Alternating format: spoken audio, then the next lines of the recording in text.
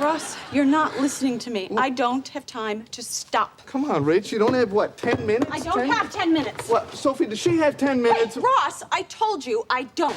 Wow, this whole problem could have been solved from the get-go if Ross had just said from the beginning, Rachel, I'm feeling a little disconnected because you're really busy with work and I need a little more quality time. Hi, my name is Gibson and I'm the creator of the Personal Development School. This is your daily breakthrough video, and in this video, I'm going to talk to you about something super different than what we usually do. I am so excited for this. We'll be playing out specific scenes, and in this case, we're going to do a scene from Ross and Rachel and Friends. I'm actually going to take you through like the argument and some of the dynamics and help you see like what was going wrong and what needed to happen instead. Ross, honey, this is very nice, but I've got a crisis. Yeah, but I've got couscous. Honey, I'm sorry. I know it's our anniversary, but I told you on the phone, I don't have time to stop. Ross, you're not listening to me. I don't have time to stop. Come on, Rach, you don't have, what, 10 minutes? I don't have 10 minutes. What, Sophie, does she have 10 minutes? Ross, I told you I don't. Don't yell at me, okay? This is the most I've seen you all week. You can see just starting off this scene, Ross is leaning more anxious in his attachment style. So he's the more anxious person. And sometimes the anxiously attached individual, their protest behavior can be to like overstep a boundary of somebody else. And so like what you so clearly see at the beginning of the scene is that Ross is like overstepping the boundary. Ross is doing what he would want on an anniversary instead of seeing what Rachel wants and able to show up and give that according to her needs. He's giving from his needs that he's projecting onto her.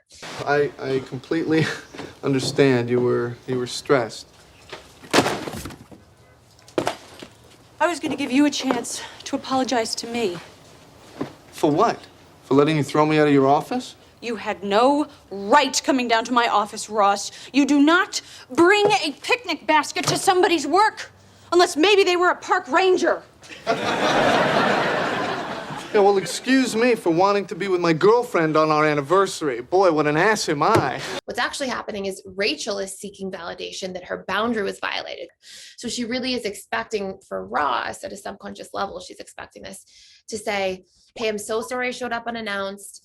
I didn't mean to violate your boundary. I can definitely see why your workplace boundary is important to you. And I can absolutely be mindful of that in the future. So it comes out in this like anger as opposed to this ability to properly articulate what she's feeling and what she's needing in the situation.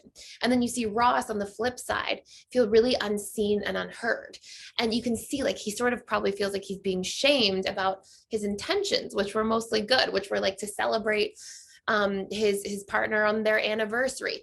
And so this would also need to be validated in that situation. So for example, Rachel could turn around to Ross and say, honey, like, I know you were just trying to do something special and you meant well, and that's really sweet, but it can be really stressful for me when I'm already feeling overwhelmed at work, when I'm taking this so seriously, and when I'm really concerned, like I'm just sort of getting started and want to maintain like a professional image and want people to respect me there. Rachel could say, this is what I need. I need my boundary to be acknowledged. I need you to see. Or Ross could have said, hey, I'm sorry I violated the boundary, right? If either of them knew this was going on. But I told you I didn't have the time. Yeah, well, you never have the time. I mean, I don't feel like I even have a girlfriend anymore, Rachel. Ross, what do you want from me? You want me to quit my job so you can feel like you have a girlfriend? No, but it would be... Like, hey, hold on a second, pause.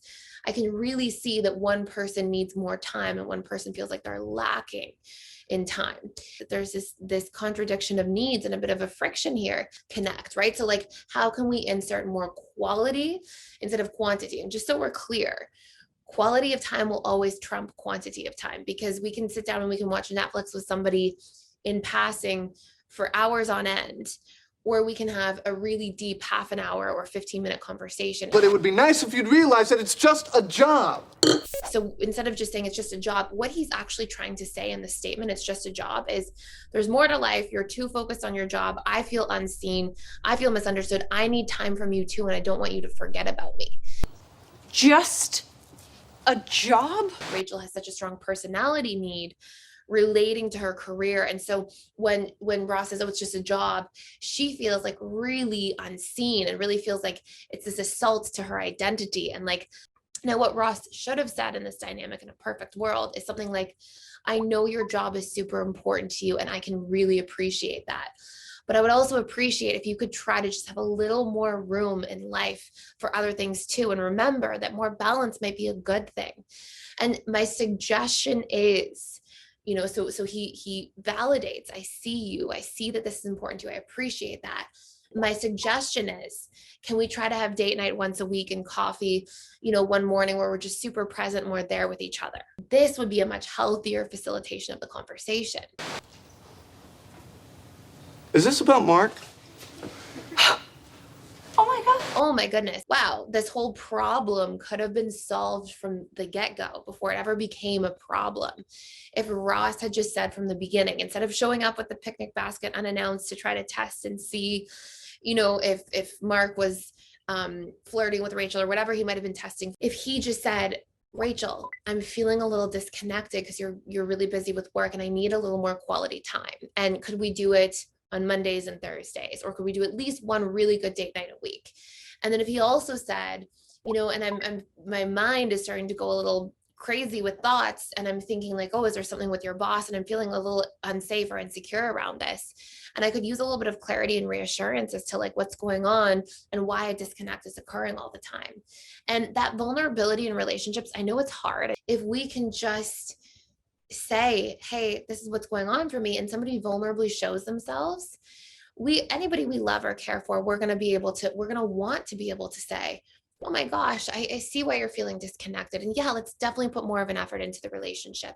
And please don't worry about Mark. We want to bring clarity. We don't want people we love when they're vulnerable to suffer in silence or to be in pain by themselves in the dynamic, especially of our own actions that could be really solvable problems through a simple conversation. Ross needs transparency. Ross needs reassurance. And Ross needs more quality time. And Rachel needs to be understood. She needs her job to be valued. She needs maybe a little bit of support in different ways because she might feel overwhelmed in life. So these conversations can be, had ahead of time in healthy ways. And if you're with a partner who, when you're vulnerable, can't show up and make an effort, and if that's a constant thing, then you're probably in the wrong relationship. Like, we want to be able to have healthy conversations that go to it. And so these are some of the early dynamics I see in this video. This was really fun for me to do, and stay tuned for tomorrow where I will discuss and break down the second half of this video. So you can get more insight into like dynamics and wounds and how to communicate and all the important things that come with having close interpersonal relationships.